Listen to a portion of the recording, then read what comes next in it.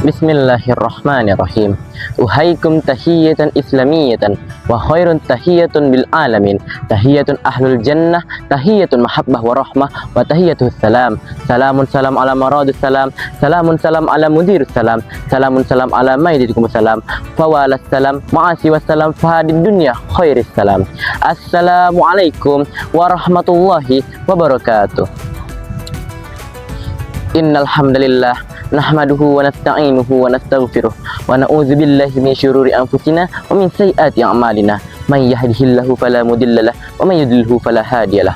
Asyhadu an la ilaha illallah wa asyhadu anna Muhammadar Rasulullah la nabiyya wa la rasula ba'da amma ba'du. Pertama-tama dan yang paling utama, marilah kita panjatkan puja dan puji syukur atas kehadirat Allah Subhanahu wa taala yang telah memberikan kita beribu-ribu nikmat, berjuta-juta nikmat, bahkan miliaran nikmat yang bisa kita rasakan hingga saat ini.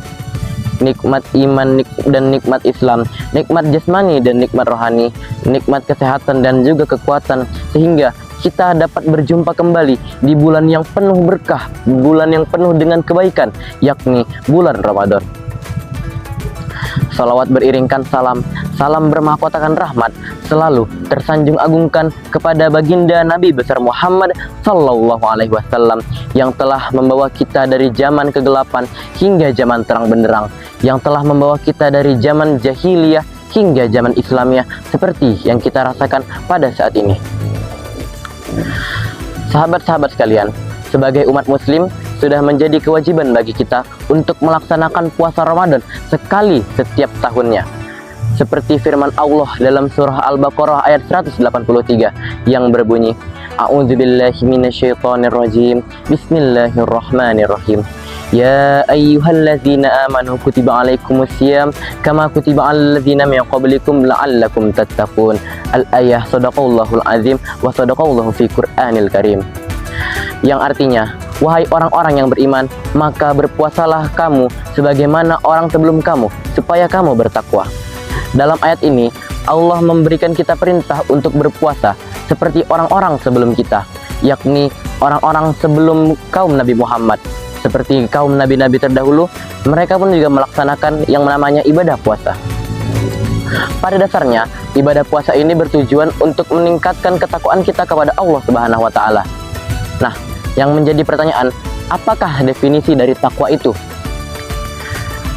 Takwa adalah titik tertinggi umat manusia, titik tertinggi seseorang, titik tertinggi seorang insan kepada Tuhannya, yakni ketika dia selalu merasa ada Tuhan di hatinya, dia selalu merasa dilihat, diawasi oleh Allah dimanapun langkahnya,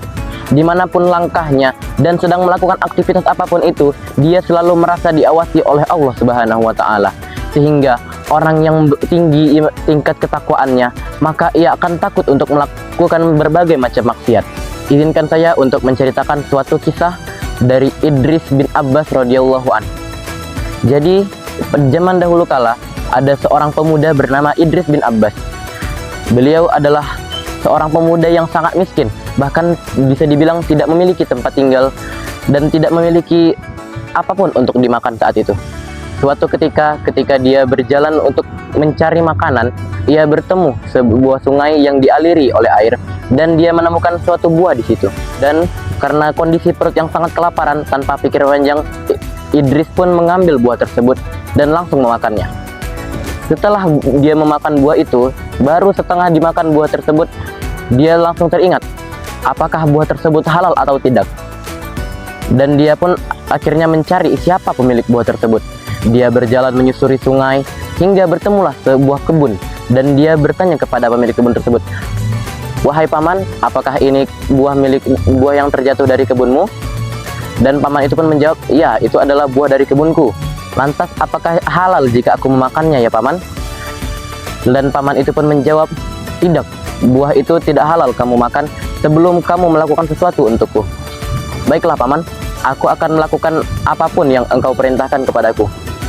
Dan kemudian paman tersebut pun memerintahkan Idris untuk bekerja kurang lebih selama 10 tahun lamanya. Berlalulah 10 tahun semenjak Idris bekerja bersama paman tersebut. Namun, dalam melakukan pekerjaannya, Idris tidak diberikan imbalan ataupun gaji sedikit pun. Ketika Idris mendatangi kembali paman tersebut, dan Idris pun bertanya kepada paman tersebut, "Paman, apakah buah yang aku makan kemarin telah halal?" Lalu paman itu pun menjawab, "Tidak, engkau harus menikahi putriku terlebih dahulu." Namun putriku ini buta, tuli, bisu, lagi lumpuh. Karena takut akan keharaman yang berada di dalam perutnya tersebut, Idris bin Abbas pun menerima permintaan paman tersebut, meskipun ia harus menikahi seseorang yang buta, tuli, bisu, dan lumpuh.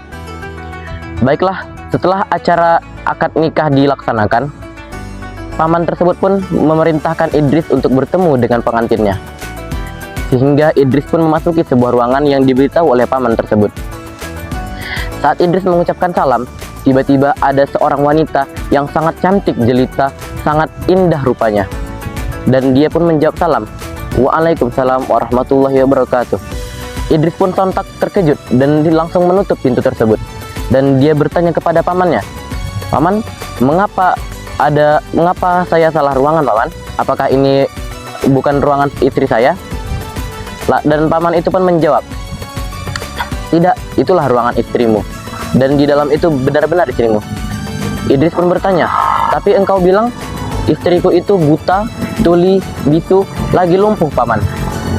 Dan paman tersebut bilang, "Anak putriku itu, dia buta dari melihat hal-hal maksiat, dia tuli dari mendengar perkataan yang tidak baik, dia lumpuh dari melakukan segala maksiat, dan dia bisu dari mengucapkan kata-kata kotor dan kasar." Nah, hikmah yang bisa kita ambil dari kisah tersebut adalah orang yang bertakwa di dunia akan mendapatkan insya Allah ganjaran yang setimpal, dan pasti di akhirat dia akan mendapatkan balasan yang sesuai dari Allah Subhanahu wa Ta'ala karena telah menjaga ketakwaannya. Jadi marilah kita bersama-sama untuk meningkatkan ketakwaan kita di bulan Ramadan ini, sehingga kita nanti bisa mencapai surganya Allah Subhanahu wa Ta'ala. Sekian kultum singkat dari saya. Mohon maaf bila banyak salah kata. Wabillahi taufik wal hidayah, waridho wal inayah. Wassalamualaikum warahmatullahi wabarakatuh.